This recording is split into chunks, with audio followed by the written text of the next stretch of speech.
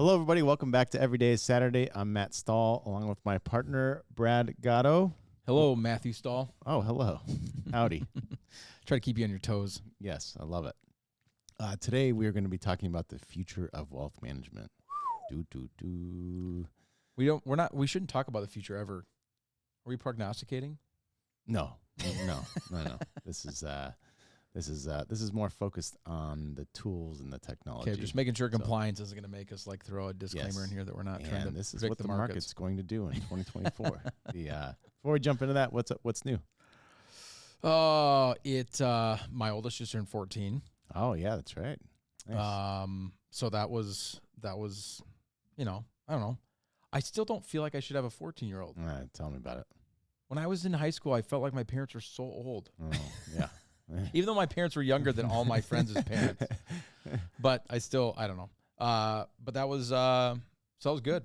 I took him ice fishing, which I don't like to do. I live in Minnesota, and I don't enjoy the Minnesota winter activities. I don't play hockey. Ice fishing to me has got to be one of the most boggling. We were out there for 8 hours.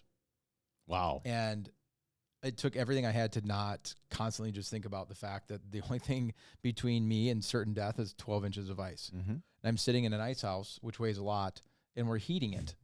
And the ice is not thick. 12 inches is what it was. I don't know, relatively speaking.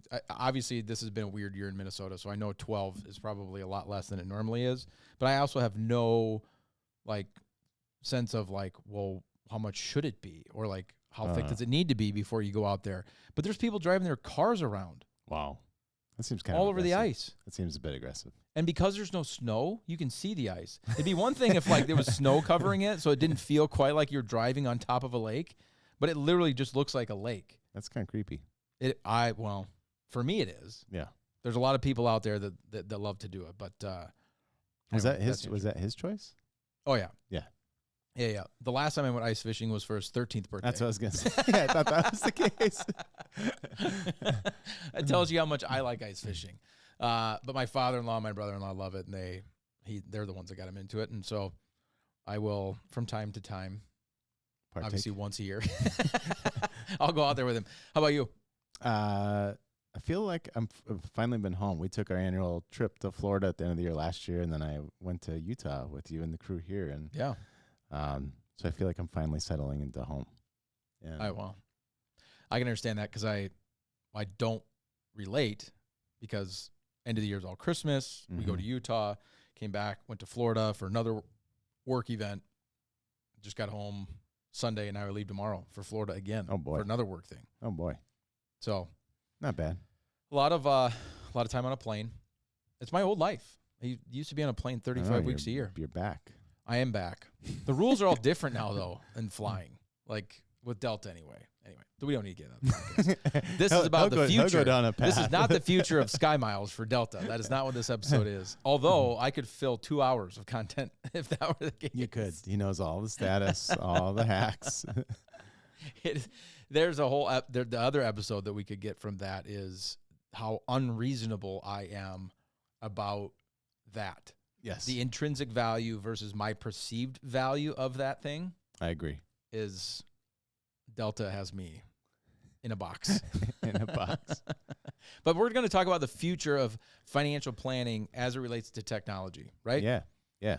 So I think we start with what are some of this applies directly to your experience here. Yep. And feeling some of these tools and it's like the buzzword these days, but AI.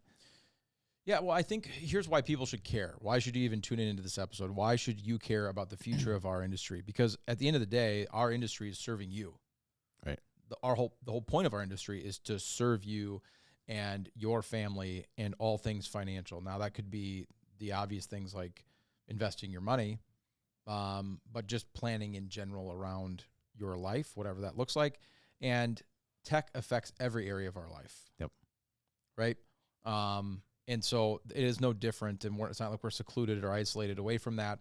And so it is important for us to understand in this industry, and me as the owner of the firm, okay, how do I stay on top of this, and how can we use it?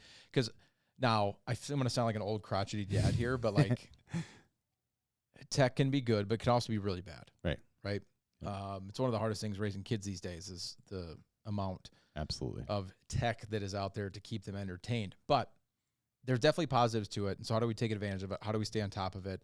And so it's worth noting as a listener, if you're a client of our firm or a prospect or just somebody out there that is interested in personal finance, how tech can affect you. So we've got kind of 3 things I think we're going to go over today, right? Yeah. So I'd say artificial intelligence is one of those. We've seen that play out already to some degree. The second is some of the investment strategy. So how tech has affected investment strategy. Yeah, the strategy itself, and then also just the access to information. And so we've talked often in the past. Basically the broad internet, just kind of we live in a connected world. Unlimited amounts of access to information in front of us all the time. Perfect. So let's start with artificial intelligence. So why don't you share? There's some tools that are already put in place here at Fiat that do pull in artificial intelligence. How about you talk about that a little bit? I'm just curious of all the listeners. I'm sure everybody's at least heard of AI. It's kind of barnstormed the headlines here over the last, I don't know, what, Barnstorm. 2 years? I like that. That I catch you off guard there? No, I just like it. Okay. Iowa Barnstormers. The Iowa Barnstormers. Love it.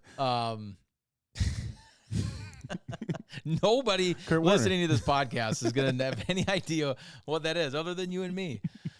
Well, my dad might, if my dad listens. Yeah, Kurt Warner. That's a good reference point. Fair. So artificial intelligence, and it was ChatGPT, I think, that kind of broke the barrier for most people understanding artificial intelligence and this idea that there's a machine out there that you can essentially just talk to. Mm-hmm. And so I don't know if you're a listener that's never interacted with ChatGPT, I would encourage you to go do it. It is very interesting having a conversation with a computer. Because when you interact with Google, as an example, and you go into a Google search bar, you can basically ask Google anything and it will find an answer for you. But what you can't do is ask a question based on the previous question, be like, oh, okay, thanks for that information, Google. What about this? And then literally just kind of have this where it encompasses that whole conversation to give you an answer back. Yeah. It is weird. It's an interaction. How much have you messed around with it? Quite a bit. Quite a bit? Yeah. And it is, I've used it to write copy. Yep. And, you can plug something in and you can say, make it better. And it'll come back and it'll say, make it better. It'll come back. It's fascinating. It is fascinating. It's scary at the same time too. I've plugged stuff in there and said, answer this question, and then said, like, answer this question as if you're talking to a 6-year-old. Yep.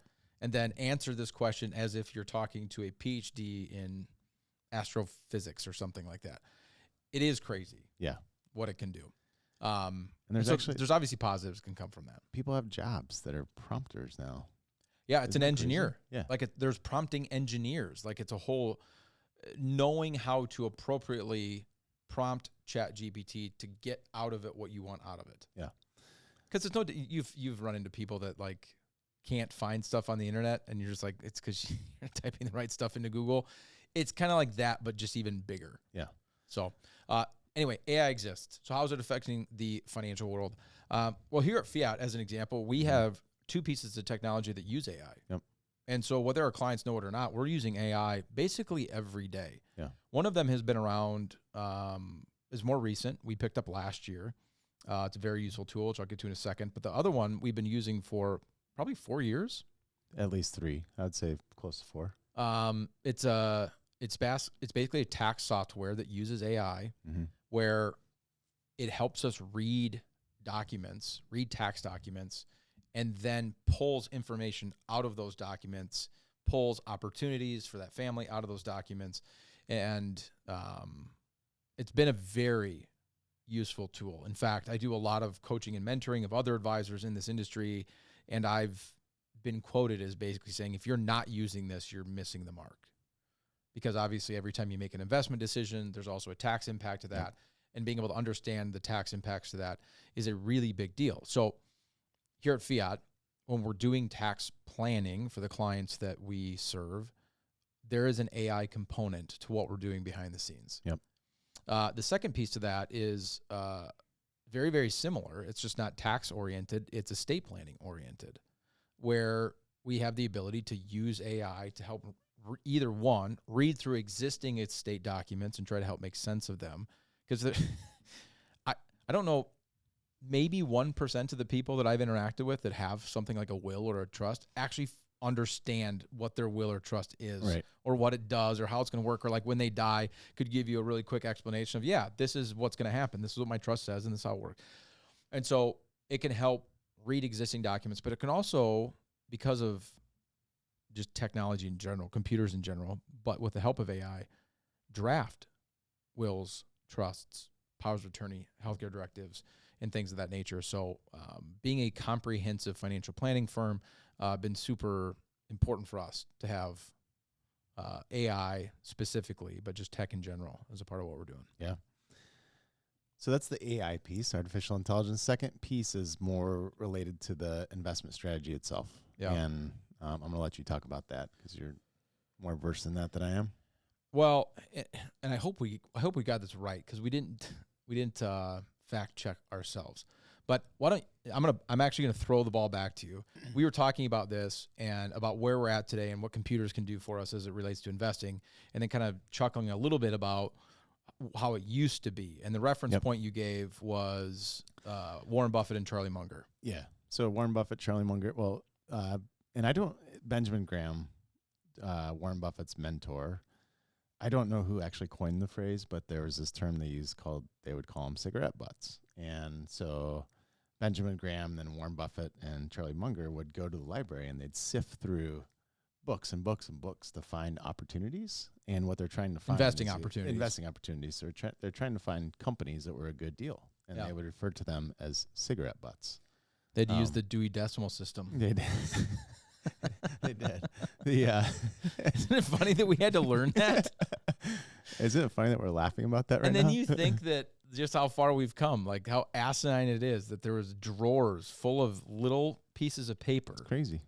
And you had to code, and without that, how in the world did you ever find a book in a huge library? So it used to be that when Charlie Munger and Warren Buffett were kind of starting out in their investing lives 80 years ago, this is what they had to do. Mm-hmm. Now, everything's on the computer.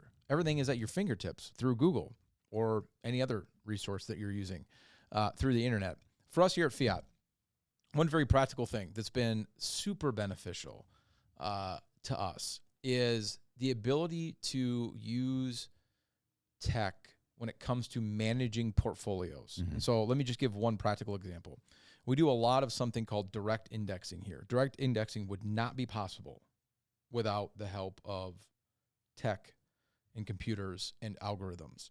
So it's just a fancy way to say that we have the ability to mimic an index. So take the S&P 500. Yep. Everybody knows, or at least heard of the S&P 500. It's the largest 500 companies in America. Technically, it's 506 companies. But what they've done is created an index so you can just buy the index. So you don't have to physically go out and buy all of the companies in the index. That would be a lot of work. Mm-hmm. And then managing, because it's not always the same 500 companies. There's companies that get kicked out of the index. They add new companies into the index. And so if you're just trying to say, I want S&P returns, and there wasn't an index to go mimic it, it'd be a ton of labor for you to manage your money in a way to get that done. Now, that's the positive to the index. The negative to the index is you don't own all 500 companies directly. You own the index itself. And so if you look at the index and you go, well, there's a couple of companies in there that didn't do so hot, and I would really like to be able to just sell off those ones for whatever reason. It could be for investment purposes. It could be for tax purposes. But you can't do that because you don't own them directly. You own them through the index. Mm-hmm. So that's the negative side to it. Well, how do you get the positive without the negative? How do you get the positive of owning the S&P without the negative of having to package it all together and not have all the labor that goes along with it? Well, we do have the labor. It's just we use computers to take advantage, like to do all the labor that would take an advisor like myself sitting there watching the market every single day and watching those 500 companies and trying to manage it. I wouldn't be able to do that for more than maybe a handful of clients. Right. Now we have computers that watch it. Not only do they watch it, Matt, they try to take advantage of opportunities, not when it comes to trying to beat the index necessarily. We're not trying to beat the S&P. We're trying to be it, but take advantage of little blips in the market, because we all know the market moves every day, to offset taxes. And so now, because of technology, I can mimic an index, yet own it all directly, and have all the advantages of owning a stock directly versus on a packaged level, and being a part of an index. So it's kind of a nerdy example, but at the end of the day, it's something that's like the example of direct indexing has been around for a very long time. The concept of it has been around for a very long time. It hasn't been accessible to the average lay investor because of the amount of labor that it's taken. But now, thanks to computers, that labor has gone away, and we can bring something really sophisticated on the investing world like that down to the average lay investor. And so tech in that way has been very beneficial. Yeah, that was a great description of direct indexing. Well, thank you. It should be a YouTube short.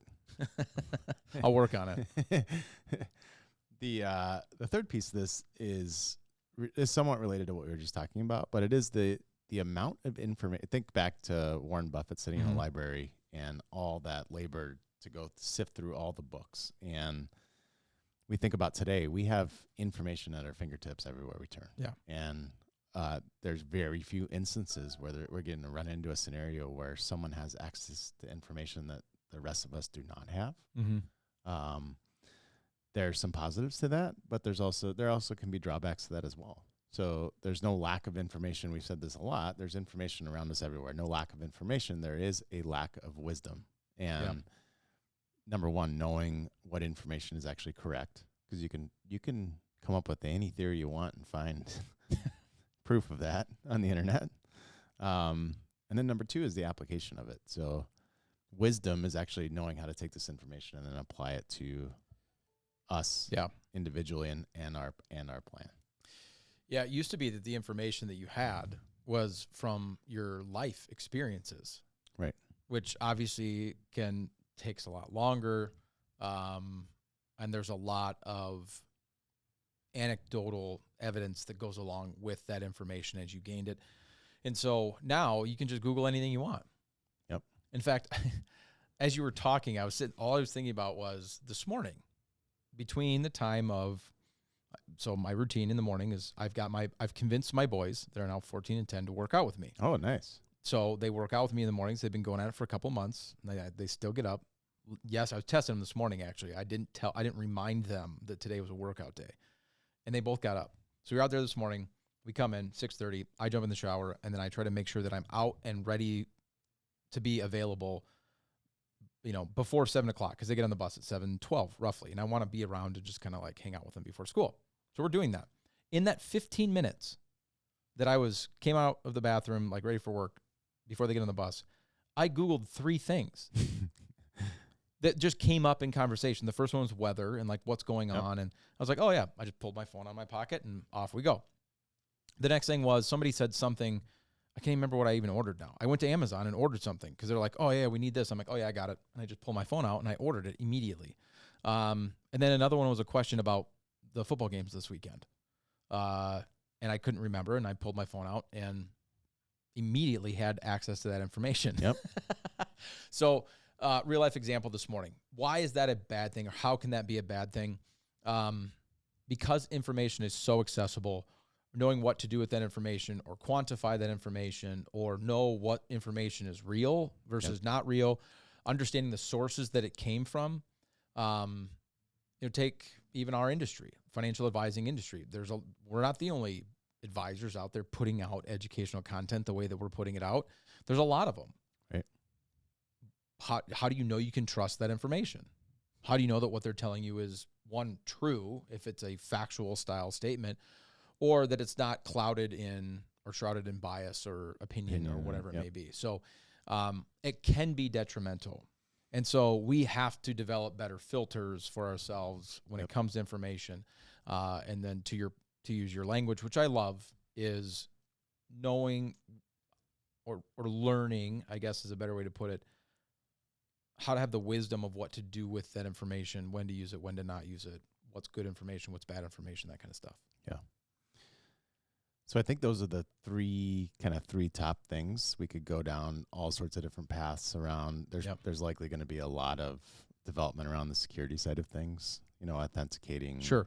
an individual, As there should be.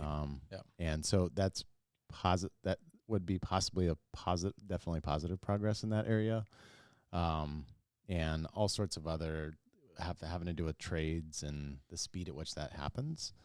I don't think we're quite there yet, and I don't think it's going to be affecting the general public and most of us today. So. Yeah. I do think, just as we wrap up here, just call to action, so to speak, to people is technology has the opportunity in all facets of life to be your friend and to be helpful to you. And of course, it has the ability to be the opposite. When it comes to financial services, there is a massive opportunity because of the world of tech to get better service. Yep.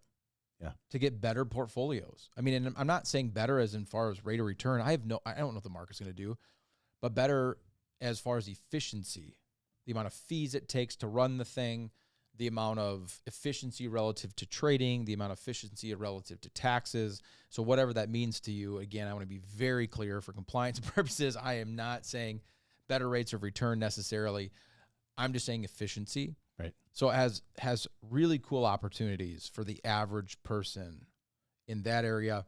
And then what we talked about at the very beginning, the fact that AI has helped us so much here at Fiat with tax planning and estate planning and some of these other key areas is just really cool. So just make sure that in those areas you get to take advantage of that. So if you're not a client of Fiat and you've got an advisor, I would talk to them about these types of things and say, hey, do you have access to some of these tools and these new features and new strategies that are out there that technology has blessed us with in the financial services industry?